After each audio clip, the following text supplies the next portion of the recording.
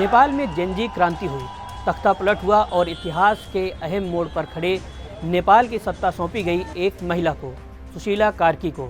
इस तरह उन्होंने नेपाल की पहली महिला पीएम बनने का इतिहास लिख दिया।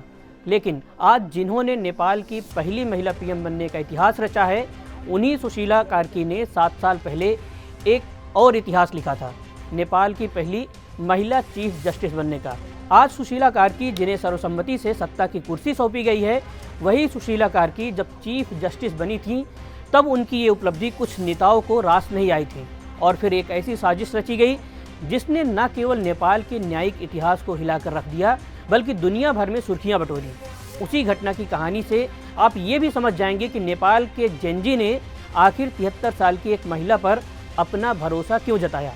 क्या है पूरी कहानी, चलिए आपको बताते हैं। नमस्कार, मेरा नाम शुभम तिवारी है और आप देख रहे हैं एनडीटीवी इंडिया। बात 2017 की है। नेपाल की सुप्रीम कोर्ट की चीफ जस्टिस सुशीला कार्की अपने रिटायरमेंट से बस कुछ महीने दूर थीं, लेकिन तभी उनके एक फैसले ने सियासी तूफान खड़ा कर दिया। कार्की के बेंच ने सरकार के राष्ट्रीय पुलिस प्रमुख की नियुक्ति को खारिज कर दिया। उनका तर्क था कि ये पद सबसे वरिष्ठ पुलिस अधिकारी को मिलना चाहिए। ये फैसला सत्ताधारी गठबंधन को नागवार गुजरा।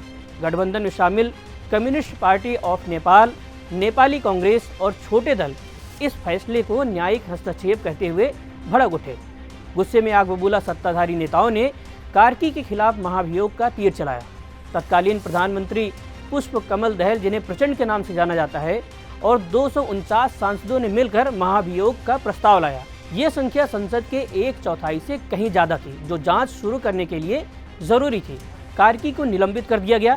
नेपाल में पहली बार किसी सिटिंग चीफ जस्टिस के खिलाफ ऐसा कदम उठाया गया था।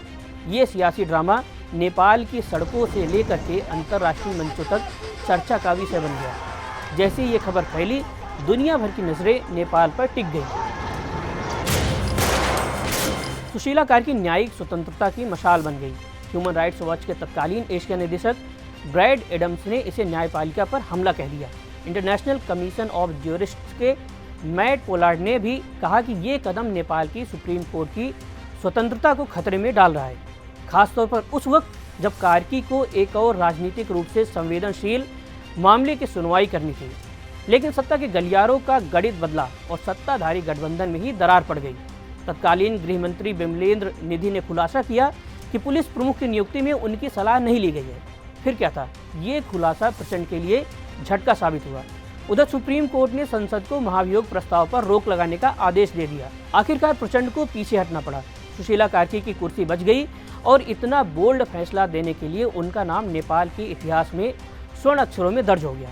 सुशीला कार्की की ये कहानी केवल एक महिला की साहसिक लड़ाई की कहानी नहीं है।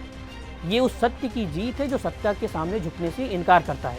और यही वो वजह है कि आज भ्रष्टाचार और परिवारवाद से त्रस्त नेपाल एक महिला के नेतृत्व में फिर से खड़ा होने के लिए तैयार हुआ है।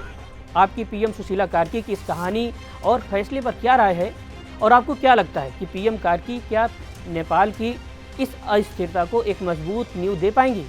क्या जेनजी आंदोलन की उम्मीद पर वो खरी उतर पाएंगी? हमें कमेंट बॉक्स में ज़रूर बताएं और देश और दुनिया की खबरों के लिए देखते रहें एनडीटीवी इंडिया।